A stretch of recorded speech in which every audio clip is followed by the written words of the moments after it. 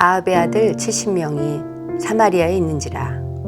예후가 편지들을 써서 사마리아에 보내서 이스라엘 귀족들 곧 장로들과 아합의 여러 아들을 교육하는 자들에게 전하니 일렀으되, 너희 주의 아들들이 너희와 함께 있고 또 병거와 말과 견고한 성과 무기가 너희에게 있으니 이 편지가 너희에게 이르거든 너희 주의 아들들 중에서 가장 어질고 정직한 자를 택하여 그의 아버지의 왕좌에 두고 너희 주의 집을 위하여 싸우라 하였더라.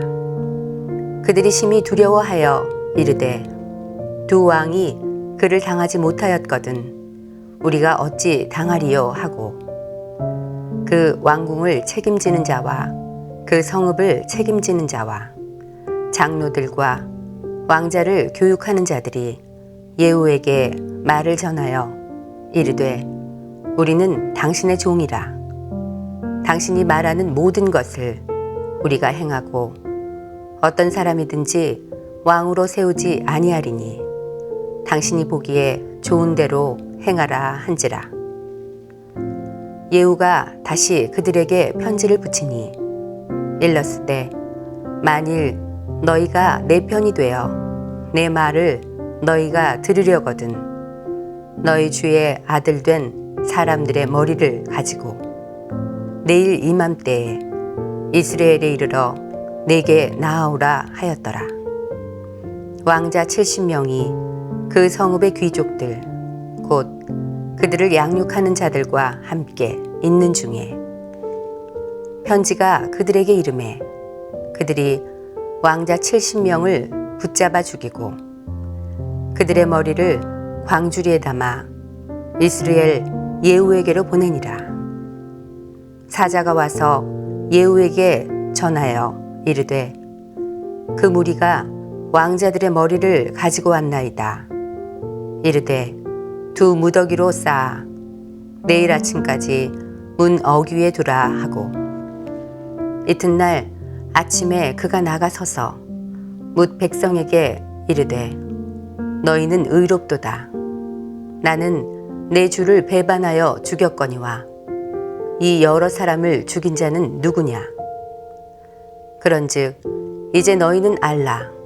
곧 여호와께서 아합의 집에 대하여 하신 말씀은 하나도 땅에 떨어지지 아니하리라.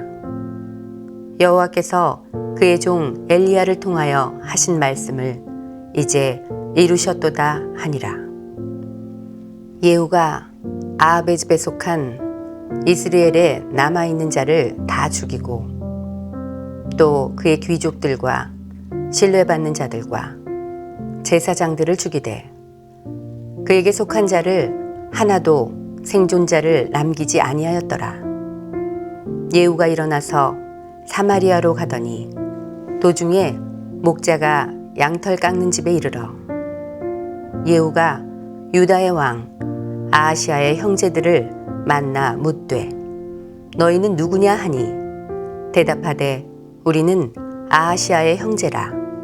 이제 왕자들과 태우의 아들들에게 문안하러 내려가노라 하는지라. 이르되 사로잡으라 하매 곧 사로잡아 목자가 양털 깎는 집 웅덩이 곁에서 죽이니 42명이 하나도 남지 아니하였더라. 하나님의 말씀은 신실하십니다. 오늘 그 신실하신 하나님의 말씀 앞에 함께 서 있기를 원합니다. 17일 큐티 함께 시작하도록 하겠습니다.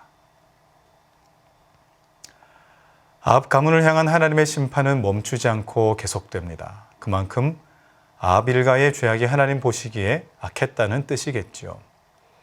오늘 본문은 아합에게 속한 남자들이 모조리 죽게 되는 일이 등장합니다. 아합에게는 70명의 아들이 있었습니다.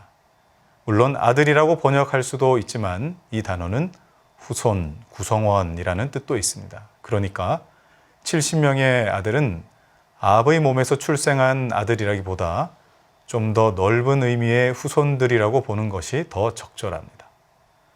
그리고 70명이라는 인원은 산술적 의미보다 신학적 의미가 더 큽니다. 70이라는 숫자는 성경에서 완전함을 의미합니다. 아합의 후손들이 사마리아 땅에 아직 많이 남아있고 아합 가문은 여전히 건재하다는 것을 표현한 것이죠. 아합과 이세벨 두 왕들이 죽었습니다. 뱀의 머리가 잘린 셈이죠. 그러나 여전히 자손들은 건재합니다. 그 몸통은 살아있어 움직이고 있습니다. 여러분, 이것이 마귀의 속성입니다. 예수 그리스도께서 십자가 사건으로 마귀의 머리는 자르셨지만 주의 재림의 때까지 그 몸통은 꿈틀거리고 있습니다. 그래서 우리는 잠깐의 승리로 만족할 것이 아니라 끝까지 싸워야 하는 것입니다. 오늘 본문 1, 2절에 보니 이스라엘 귀족들 곧 장로들과 아합의 여러 아들을 교육하는 자들에게 전하니 일러스되 너희 주의 아들들이 너희와 함께 있고 70명의 아들들이 사마리아의 귀족들과 유력한 자들의 집에 골고루 흩어져 살고 있었습니다. 이건 역시 죄의 잔재가 얼마나 집요한지 교훈하고 있습니다.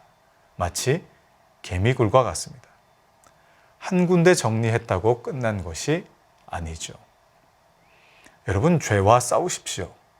마귀를 대적하십시오. 히브리서 12장 4절에서는 우리에게 도전합니다.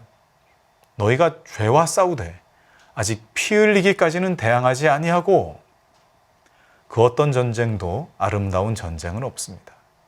느긋한 전쟁도 없습니다. 오늘 물러서면 내일은 더 많이 수고해야 하기 때문입니다. 그러나 우리의 싸움은 다 이겨나온 싸움입니다. 그 끝에서 물러서지 마십시오. 포기하지 마십시오.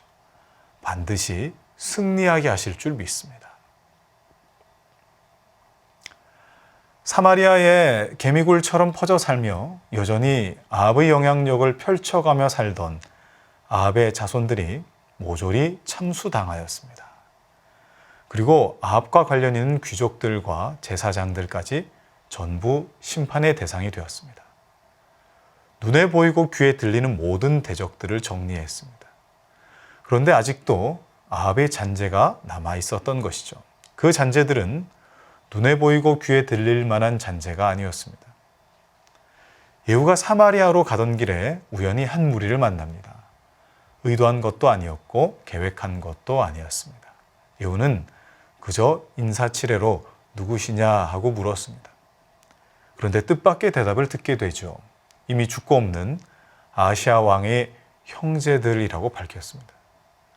그러나 조금 더 구체적으로 의미를 밝히자면 아시아의 형제들의 아들들이라고 봐야 합니다.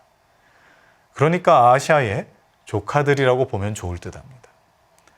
예후는 42명이나 되는 아시아의 사람들을 구덩이 곁에서 전부 죽이게 됩니다. 아합과 직접적인 관계는 없었지만 이세벨의 영향력이 전혀 없다고 볼 수는 없기 때문이죠. 죄의 적은 노출이라 할지라도 하나님 앞에서는 죄는 죄일 뿐입니다. 그런데 오늘 우리가 눈여겨봐야 할 사실이 있습니다. 그것은 예후와 아합 잔재들의 만남입니다. 사실 이들은 예후가 찾아낼 수 없었던 사람들입니다. 예후는 볼 수 없고 찾을 수 없어도 하나님께서는 찾아내십니다. 하나님께서 찾아내셔서 예후 앞에 세워놓으십니다. 여러분, 사람의 눈은 피할 수 있어도 하나님의 눈은 피할 수 없습니다. 결국 하나님이 이기십니다.